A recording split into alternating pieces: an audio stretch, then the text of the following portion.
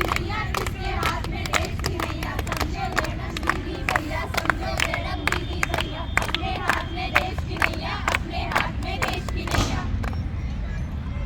हम यहाँ आपको कोई नाच गाने या तमाशा दिखाने नहीं आए हैं।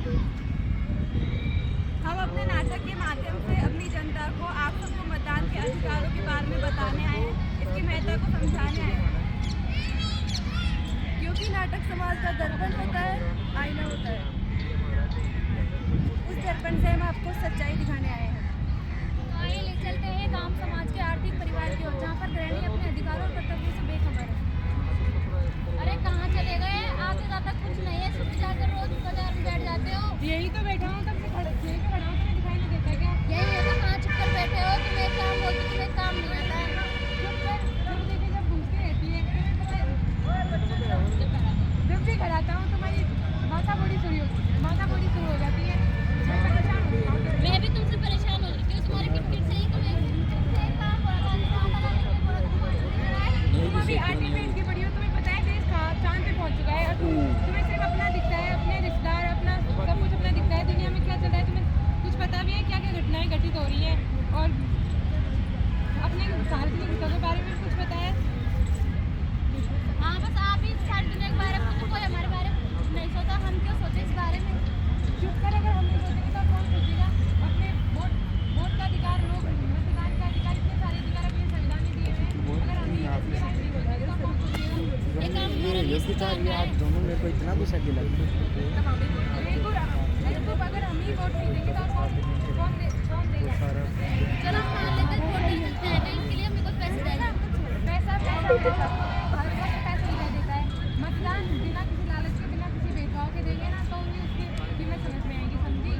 मुझे मेरी गलती का एहसास हो गया है, अपन छोड़ देंगे।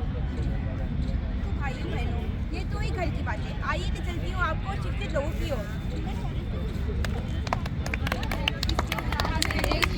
किसके हाथ में देश की नैया, समझे मैडम दीदी भैया, समझे मैडम दीदी भैया, अपने हाथ में देश की नैया, अपने हाथ में देश की नैया। तो आइए ले चलते हैं एक शिक्षित परिवार की ओर, जहाँ पर एक शिक्षित बॉस अपने अधिकारों के बारे में तो जानता है लेकिन कर्तव्यों के बारे में नहीं। इसके कर्मचारी अपने कर्तव्यों के बारे में सिखाने के लिए उसे बेबस कर देते हैं। जोर से बोलो। मैं कल ऑफिस नहीं आऊँगी, कल मैं वोट देने जाऊँगी। अगर तुम वोट नहीं दोगे तो क्या फायदा नहीं? ये मेरा अधिकार है और मैं भारतीय नागरिक होने के नाते कल वोट देने जाऊँगी। ठीक है, तुम जाओ, लेकिन चुप कर नहीं जाना। मैं एक मतदाता बनना भी जरूरी है। मैं एक मतदाता हूँ, मेरे पास वोट आईडी है और पैसा है। मतदाता बनने के साथ साथ मतदान करना भी जरूरी है। जब सरकार मेरे बारे में सोचती है, सरकार के फायदे और नुकसान बहुत है। आपने एक वोट की है, एक वोट सरकार ये सरकार नहीं बनाती, ये समाज जैसे बिजनेसमैन नहीं चलाते। सरकार बनने से पहले इजाज़त तभी देती है तब हम मतदान करते हैं, एक भारतीय नागरिक के साथ। ठीक है, तुम भेज अतः आप सबसे अपील है कि कल आप वोट देने जरूर जाएं। हाँ, मतदान करनी जरूर करें। प्रत्येक नागरिक वोट देगा तभी देश बदलेगा। प्रत्येक नागरिक वोट देगा तभी देश बदलेगा। प्रत्येक नागरिक वोट देगा तभी देश बदलेगा। प्रत्येक नागरिक वोट देगा तभी देश बदलेगा। अगर आप अपने देश का कल्याण चाहते हैं तो अपने देश पर लगी स्याही का महत्व समझे।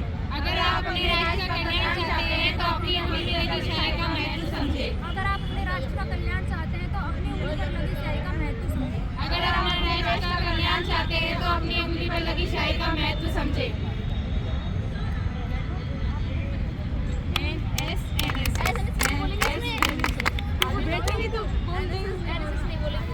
हो गया पूरा? जब मेहनत की है सही तो जनसेवा है महान। जब मेहनत की है सही तो जनसेवा है महान।